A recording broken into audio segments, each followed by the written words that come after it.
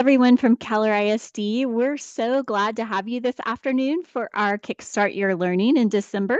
It's our Edtech wish list version, and we are going to showcase some tech tools that keep on giving. We're so glad to have you this afternoon for our Kickstart Your Learning in December. It's our Edtech wish list. All right, sorry about that. We had a little bit of a problem with the video.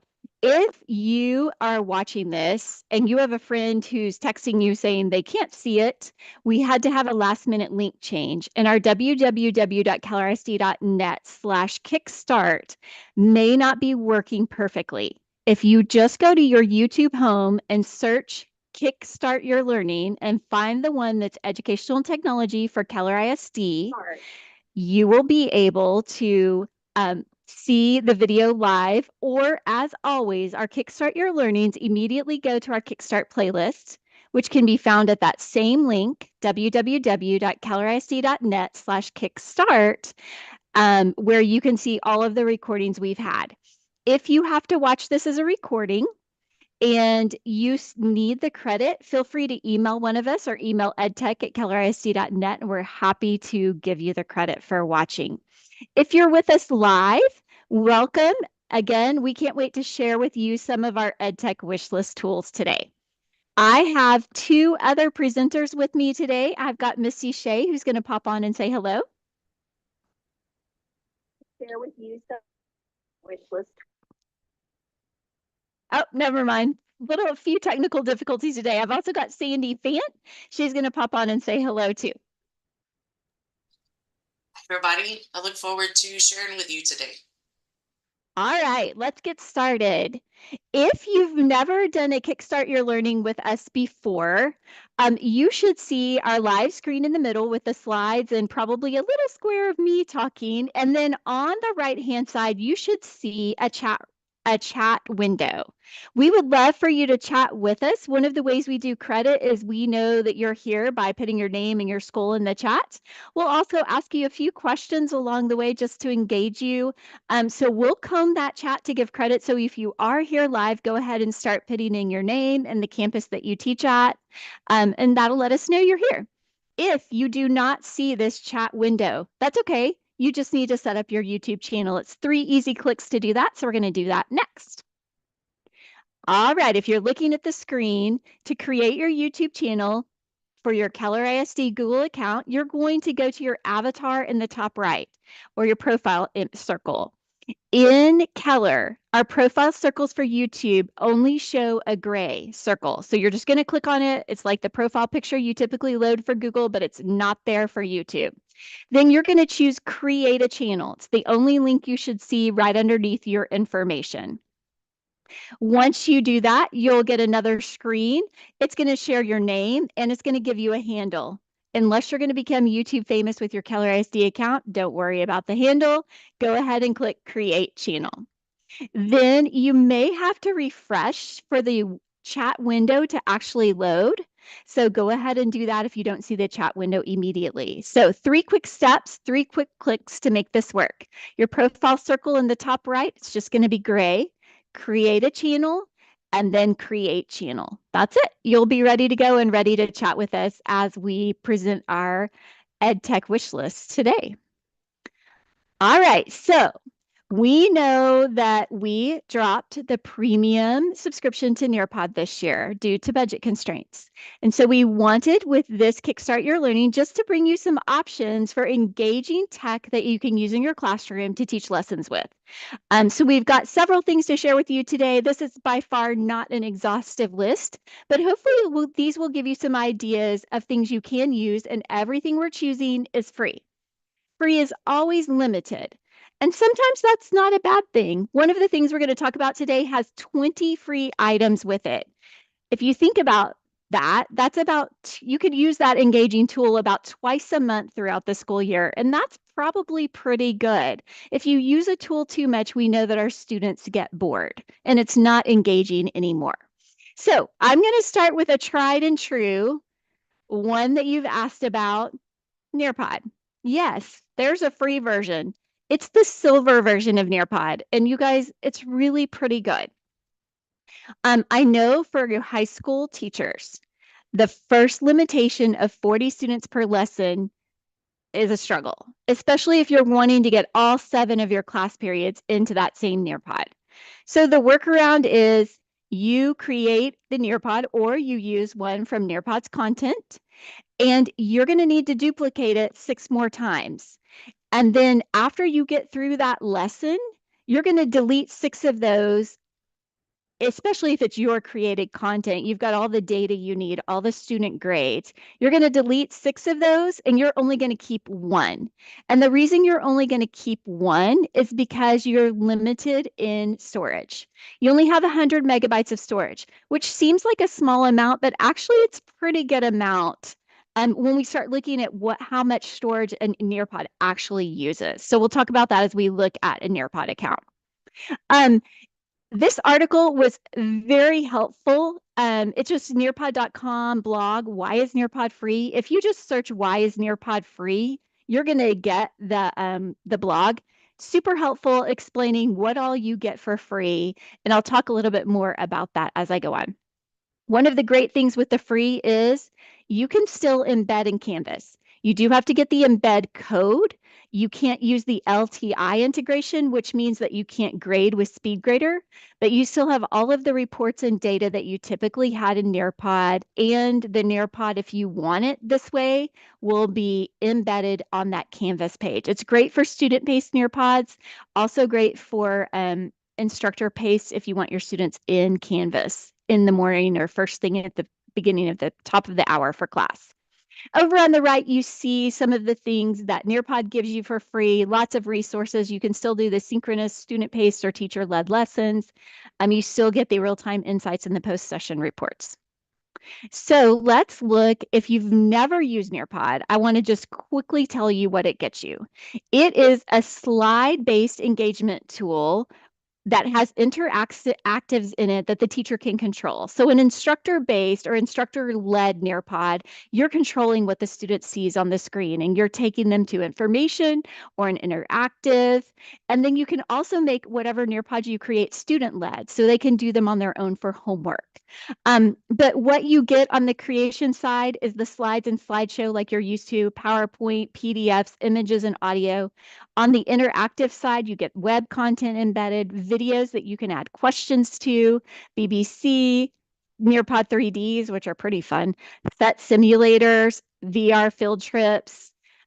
For quizzes and games, you get their quiz feature, memory test feature, matching pairs, time to climb, their little gamified version. You get fill in the blanks and draws. The only thing missing from this list is you don't get draggables. That's it. That's the only thing they take away from a free account. So that's pretty amazing in my eyes. You still also get polls, collaborate boards, and open-ended questions. So it's a pretty great tool for free. And if you loved it before, you're still going to love it. You may just need to tweak how you use it in the classroom. Really quick, what I want to show you is if you've never used it, when you log in, you're going to land in your My Lessons. And these are lessons that either Nearpod has created that you've gotten from their library or you've created completely. And if you look right here, you can see some of my lessons are taking 0 megabytes. Some are taking 1. This one that I created or we created a few years ago is taking the most right here, which is 14. This actual Nearpod one is taking the most at 30. So if I'm using Nearpod content and I'm needing more space, I'm just going to delete it because I can always get it back from Nearpod content later. Um, Great searching for Nearpod content. You can search by topic. You can search by standard. When you go to their library, you have ways to filter by standard. You can put in your state standards and you can drill down to a strand. You can also use their filters in other ways, like by grade, by subject. I don't know why that's not coming up, but there's so many ways to search and there's so much content in there that's great. One really quickly, I want to take you to this is not a full lesson. This is one way. I'm just going to show you a few of the things. If you've never used Nearpod before, you would build slides that look a little bit like this, where you might add some learning. Then you might add multiple slides. You can pull in PowerPoints and Google Slides here. If you add video, you can put stops in the video with questions and you can see, oops, I need to be in the other part. I need to be in the edit part. Give me 1 second. There we go. I can pull in video from their library, YouTube, my videos, or upload a video. The YouTube videos will work through Nearpod this way. I've got my 3D options here. I've got PhET simulations. This is like where students can try things. It's so amazing. I've got my VR field trips, so many places throughout the world. Then I've got a draw it where I'm asking students to draw things. I have fill in the blanks. There's the memory test, the time to climb game, multiple choice questions, matching pairs, collaborate board. So everybody in the class can add something to this board and we can all look at the answers like a discussion, polls, and then open-ended questions. So much I can add to engage students in a lesson where I can lead it as an instructor or I can assign it as homework. So Nearpod, the first one, great, great tool still, even though it's free. Let me to exit lesson. There we go. All right, one thing I do want to show you really quick is when you're ready to teach a lesson, if you do want to embed it in Canvas, oops, I think I need to go back and pick. Do not want to pick, do you want to leave this lesson? All right, to teach it, if I want it to be student-paced, I want to embed it in Canvas. I'm going to look at these tools right here, and I'm going to grab that embed code. It's right here. I would copy it and use my embed tool in Canvas to get it on a Canvas page. So that is Nearpod. Let's move on to another one very similar to Nearpod, but Pear Deck free. Pear Deck free is a little more limited. It's maybe a little, has more the appearance of the upper elementary, but it's still a great tool. And it might be a little easier to use depending on what you have your toes or your feet wet in. It does have limited interactives. So with Pear Deck free, I'm only going to get text, polls, numbers, or a website. So not drawing, not the collaborate board. It will it works as an add-on for Google or Microsoft. So I've got to get the add-on to actually use it, and we'll look at that in a second. These are the things I can do that are interactive. It does have a student pace mode, just like Nearpod, and it does have some created content. You're going to want to be careful with Pear Deck free because a lot of their created content has like a lot of their drawing feature in it, and that you don't get with free. So it's like you're using their content, but then the interactive doesn't work for you. So here's what this looks like. You create a Pear Deck account. You've got the Content Orchard, which is their content. There are some big names down here. So Google's Be Internet Awesome, Digital Citizenship Curriculum is in here. NASA's got some lessons in here. Again, just look at them carefully and think about the interactives you're allowed for as free. You can create and build from the ground up. Here's a little one I've created. Just to let you know, if you've never used Pear Deck, you will have to get a slides add-on, an extension. And there's a link in our slides today that will show you how to get that. It's super easy. So once you open the add-on, this is where you can begin to build your slides and add those interactives that are free. Remember, it's only text, polls, numbers, and websites. When you're ready to use a Pear Deck, you start your lesson right here. The students join with a link and a code, and they can interact with you. One of the negatives about Pear Deck free is you will not know the response, who gives responses live.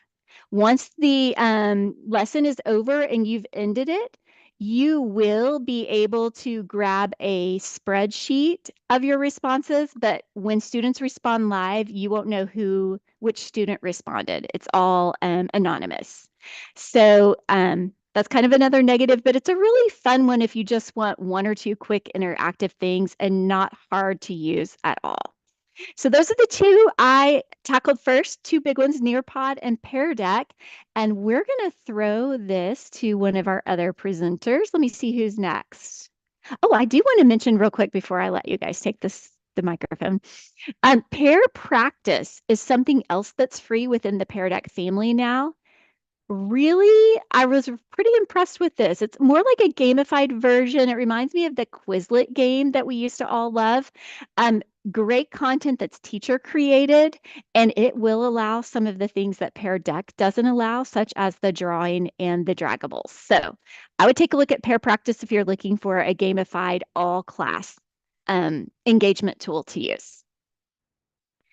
All right. Misty, I think you're taking it away with Canva. Feel free to share on top of me.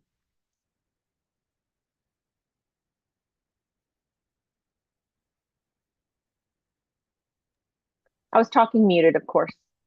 All right. So with Canva, there's a really lot of really cool stuff you can do. You have free premium content because you're an educator. You can collaborate with your students and other teachers with ease, and it's in K-Cloud, so it's single sign-on for your students. Um,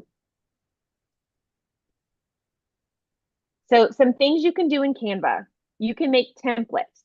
So when you find something that you like, so let's say you want the students to make a comic strip and you want them each to get a copy, just like you did with Google, what you would do is you would share it.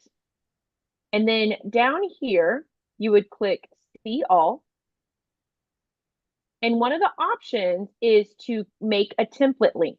And so what a template link is going to do is you're going to put this link in your LMS in Canvas and or in Seesaw. So you're going to copy this link. And when the kids click on this link, it's going to open in their Canva and they're going to be able to make edit this and do everything. And something else I love about Canva is that it gives the kids everything they need in order to create. So this comic strip has 4 pages because it's giving them the characters, it's giving them just every single little thing that they're going to need in order to be successful in Canva. So I love that about Canva. And so really nice. And then they can even collaborate with other people just by adding people here. So when you click share, I can add other people here and we can work on this together. So that's really nice as well. Just that collaborative, engaging piece, while it's also making a copy. So you have a couple of choices in Canva. Something else I love about Canva is the ability to draw. So that was a really neat feature in Nearpod and some other things. So you can create a document, just create a new document, or like I said, make a template for the kids. Over here on the left side, you're going to see the word draw. And this is where you can come in and draw different parts and different things that you want the kids to draw and discuss or highlight or whatever. So I could have also put something here for them to annotate and draw over and do anything over. So I could have created a flyer, put in a math concept, and then they can come and draw all over that math concept and show their work. So just some ideas as you're thinking of, oh, how can I utilize Canva? Something else I love in Canva is this whiteboard. So think like old school Zoom, where you used to have the kids get on and interact with each other. And so Canva has, it's called Whiteboard. And what you'll do is you'll share this with the students, and then they can come in here and duplicate and make copies. And then they will, you have to zoom in quite a bit. So let me zoom in. So then you can see what I'm typing. And so then I would come in here and I would type what I want on my sticky note. So typing, typing, typing. I can change the color just so that I'm a little different from the other kids. And they know that's my sticky note. The cool thing is when everyone's in Canva as well, you'll see me hovering with my name. So it's not a free for all. So if I decided to be cute and write something inappropriate, you're going to know that I wrote it because it's going to say that. So that's really neat in Canva. So you have this entire whiteboard where there are so many whiteboards that Canva already has created. You don't have to create this yourself. You'll just edit this, and then it even has instructions on how to set it up and how to use it. So you don't have to be the expert. You can have the kids read these directions and figure out how to do it. And then also the draw feature is here as well. So if you don't want them typing, they can draw their answer over here. So that is definitely an option. Okay. And I already did that. So let me go back to I don't want to miss anything. So I got the draw feature, the whiteboard. Oh, Canva Live. So I can't show you that because we're actually on Canva. So when you go to present, there's a present option. And when you do that, it opens Canva Live. What I like about Canva Live is you'll give the kids a code for Canva Live, and then they're going to be in the session live. And so it kind of takes over their screen. But what I love about this is you can ask a question and you can see their answers coming in on Canva Live right then. So this is a great way to do a quality check. So if you're learning something and you're like, okay, everybody on Canva Live, here's a question. I want you to put the answer. And they can all get in and write their answers on the Canva Live. And then you have that documentation. And it's a great way to study. And then finally, Canva has a whole lot of fill in the blank. So you can do fill in the blank stories, fill in the blank options, because I know a lot of other things had fill in the blanks. So Canva has a lot of those already made where the student can either add, they can draw on it or they can type on it and fill in the blank of all these things. Or you can make your own in Canva and do the fill in the blank option. But again, these are also down here, if you'll notice, they're text boxes, so they can also drag and drop. So that's an option. And again, think about your teacher brain. It's going to think about all these amazing things that you could do where they're either slides or posters or papers where they can fill in the blank and you don't have to print papers anymore. Again, engaging the kids. All right, I want everyone else to have a whole lot of time. So I'm going to kind of skip forward. There's so much stuff that you can do with Canva. Get in there, play with it. It's free. I'm not going to touch on Edpuzzle too long, but with Edpuzzle, you get 23 video lessons. Edpuzzle is where you insert a YouTube video and then you add your voiceover. You can add questions, and then the students can check for understanding through watching the video. So this is a way to put a YouTube video in there where students, you make sure that they've watched it and assess their learning. So we have instructions in here. This tells you exactly how to use Edpuzzle. And then this is a great example on how to put Edpuzzle inside of Canvas. And then again, a link to integrate inside of Canvas. All right, I know that was fast and furious. Lucid, if you want to take over sharing, Sandy.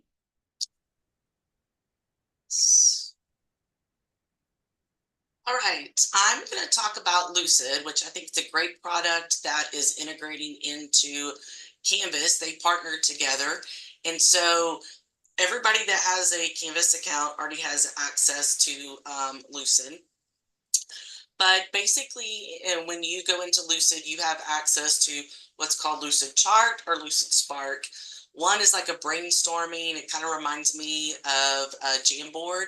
And then the other one is does diagrams and graphic organizers. And the best thing that I like about it is that they have a ton of templates, a ton of worksheets already available that you can use and modify for yourself. So a few things that is available is students can take notes with it. The teacher, you can create like a Venn diagram or something and just have it view only for the students, or you can actually have them edit within Canvas as a class to collaborate. You can create assignments within Canvas and grade in SpeedGrader. You can add timers, voting polls, and just have your groups within your class just collaborate together. So I'm going to show you how to access that in Canvas. One, over on the left-hand side of Canvas, you should see. Sandy, you're not sharing. Do you want to share your screen? Oh, sorry.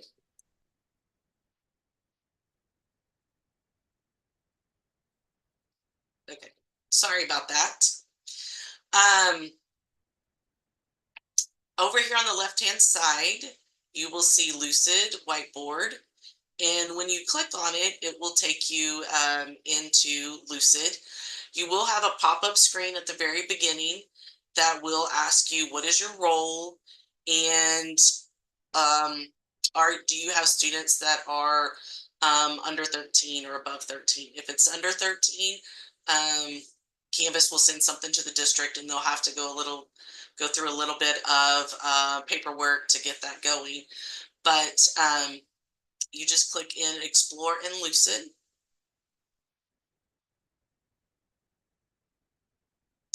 It'll take a while. And then when you get into Explore in Lucid, you will find Venn diagrams, this is a tic-tac-toe flow chart. You can put in search for processes, and it will bring up flow charts that you can choose. Brainstorming, there's different brainstorming templates that you can use. You can use a blank whiteboard or a blank diagram. And so there's a lot of different templates that you can go and use with your students that embeds directly into Canvas. So I will show you that. Another way is in the modules. I just created a page. So if you click on a page in Canvas, you click the edit button. In the rich content editor, you will see the logo right here. This is Lucid. And when you click on that, it'll bring up any of your Lucid documents that you have in Canvas. And you can embed right there. The great thing is when you do an assignment, you do assignment the same way. You go to the rich content editor and you put in your assignment and you select what you want. And it will ask you if you want to allow the students to edit it or just to view only or comment on it. And when you do it as an assignment, it does make an individual copy for the student, and the student will be able to fill it out right in Canvas, text, draw on it, and then submit it right there in Canvas. So there is a lot of things that Lucid could do to help you out. I will turn it over back to Christy. All right. Okay. One of the things that Nearpod had that we want to highlight that are somewhere else are virtual field trips. Discovery Education is a product that we have for our entire district, students and teachers both. And one piece of Discovery Education has thousands, hundreds of thousands of pieces of educational content. It's not just videos. And one piece of it is virtual field trips.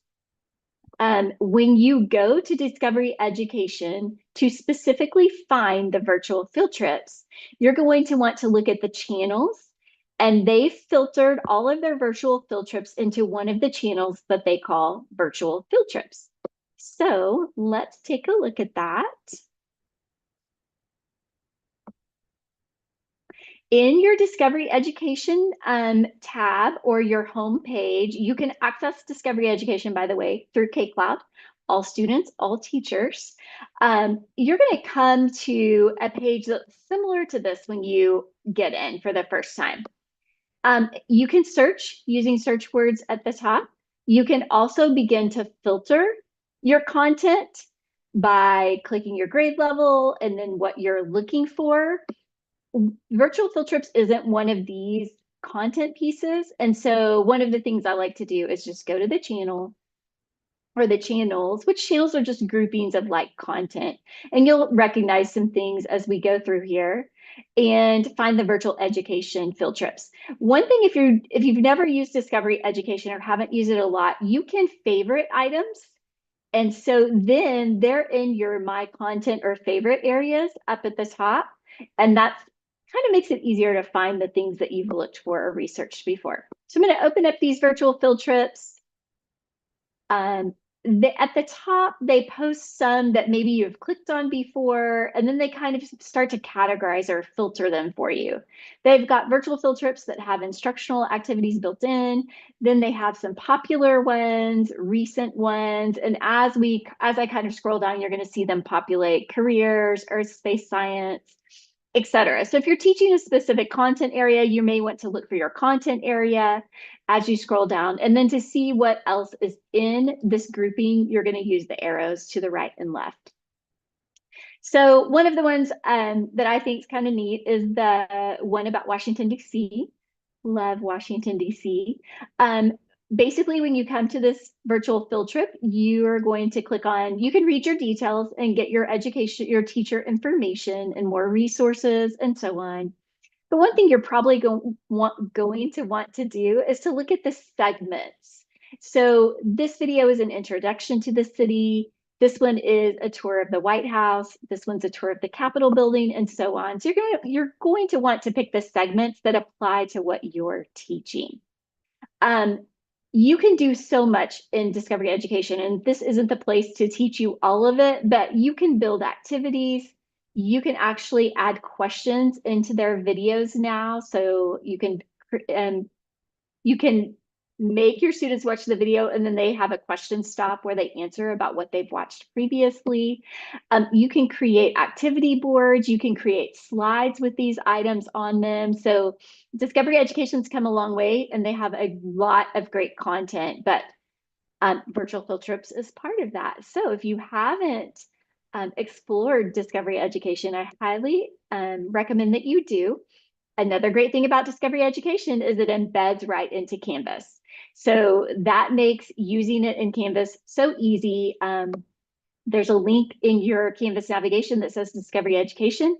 That link, just like Sandy just showed in Lucid, allows you to search and choose and favorite and build.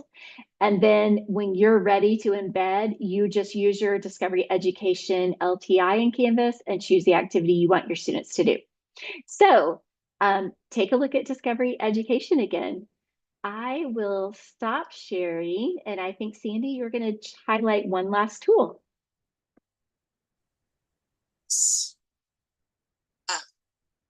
Quizzes is another great resource to find lessons or assessments for your classroom.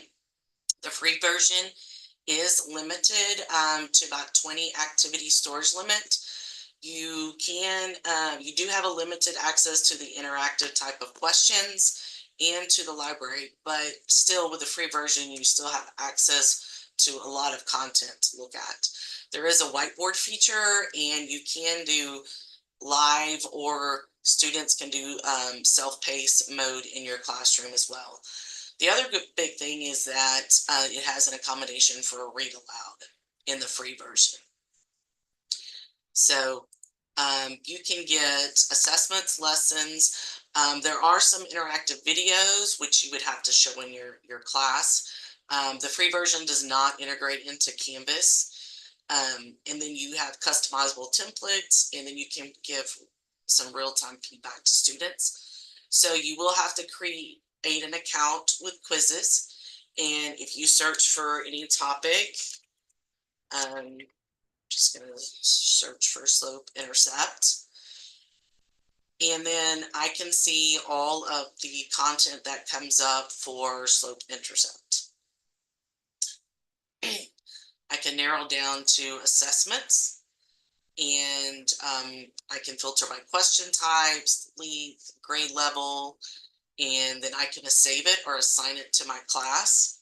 I can search for lessons, and it will provide you with slideshows that you can show in your class. There's a lot of them here that you can look at.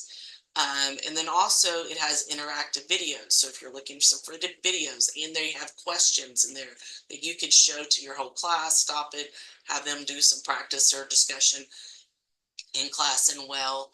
So Quizzes has a lot of content that's available for you to use in your classroom. You know, even though it is limited, it should give you some other options and a great resource to find content for your classroom. All right. So go back to Christy. Yes, thank you, Sandy. Let me get my video back on and let me share. All right, we have come to the end of all the things we wanted to share with you today that were on our wish list. Oh, actually, Misty, did you have anything else? If you just want to share the other ones on the slide right before this. Oh, like this, right? Okay, Missy, I'm going to let you talk about them if you don't mind, because I don't know some of their limitations, or I'm happy to do the ones I know. So I just want to let you know, a lot of the big companies have free versions of a lot of these great tools. So Adobe Express is completely free and you get a pro version. It's very similar to Canva, but with the power of Adobe. Padlet, if you only use the Padlets that you want and then get rid of them right away, you can really make Padlet work for you. Book creators the same way. Create and then dump, or download, honestly, to your OneDrive. So there's a lot of other apps out there like Kahoot, Blookit. PowerPoint has a really good live polling option. Seesaw is really amazing and has some fabulous things for pre-K4. We have a subscription in pre-K4. There's just some really great things out there. And like Christy said earlier, if you use at least one of these tools once a week, you can utilize all the free versions and actually probably get 2 or 3 of these once a week because, we have 36 weeks of school. And if you use the free versions, you can have 1 or 2 or 3 of these a week, knowing all these tools, and you've filled up the engagement for the whole week. Because remember, not everything's on the computer. You're going to do some paper pencil stuff. You're going to be discussion, some presentations. And so just thinking about how can you engage your students with their devices and with your device, you've got it covered with just the free versions of loans. So super excited. Thank you, Misty. I think Misty's right. The name of the free game from here on out is going to be Dump. So you're going to do something and you may not get to keep it forever and ever. You're going to dump it digitally. You're going to put it in notes, remember what you did, take some notes in your lesson plans about it, but you're going to dump so that you can utilize these free versions. And I do want to put a plug in for Seesaw. Seesaw gets a lot of coverage as an elementary tool, but it has some really good interactive pieces to it that could be used in an upper level classroom and does not have to look elementary-ish. So if you haven't checked out Seesaw, it's probably one that you would only use once in a while, but it has a great feedback tool, a lot of video interactive that you could utilize in your classroom. So thank you, Misty, for sharing those. So today we went over 6 tools that we love that have free versions for you. We went over Nearpod free, Pear Deck free, Canva Pro Edition is always free, and we have it in Keller ISD straight from K-Cloud. We went over Edpuzzle free, which gives you 20. That's amazing. We went over Lucid, always free in your Canvas courses. Discovery Education, free to our entire district. No limits on that one. And we also went over Quiz Is, which does have some limitations, but has great interactive features for students in your classroom if you want to dig into it. So utilize those. Try one of them. If you want us to come out and help you, we are always happy to do that or to do a more specific training on just one of the tools. To end tonight, we just want to remind you guys that we're on Twitter, Facebook, Instagram, YouTube, obviously. We're typically at Edtech KISD on most of those. If you don't know about our YouTube lives, we typically do one once a month and we advertise on all of those sites so that you'll know what's coming up, the date and the timing. Typically we get it in DWW too. So we try to get the information out to you. And if you aren't aware, we do have a help site for all of the teachers in the district. It's www.kellerisd.net/KIC. We have our tools sorted out on the front page by button. So if you need more support about a tool and you want to dig through it yourself, you are welcome to start on KIC. Again, we're always welcome to come to your school, to your classroom, and support you in any way that we can. We hope you guys have a great night. Thanks for enjoying our video today.